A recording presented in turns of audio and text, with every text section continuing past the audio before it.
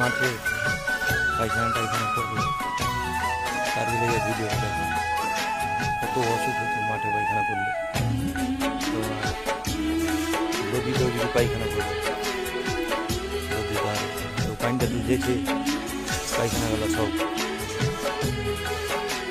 দেখো ভিডিওটা, না দেখে বুঝতে পারবে কী করে অসুখ জন্মিছে, বুঝতে পারলে।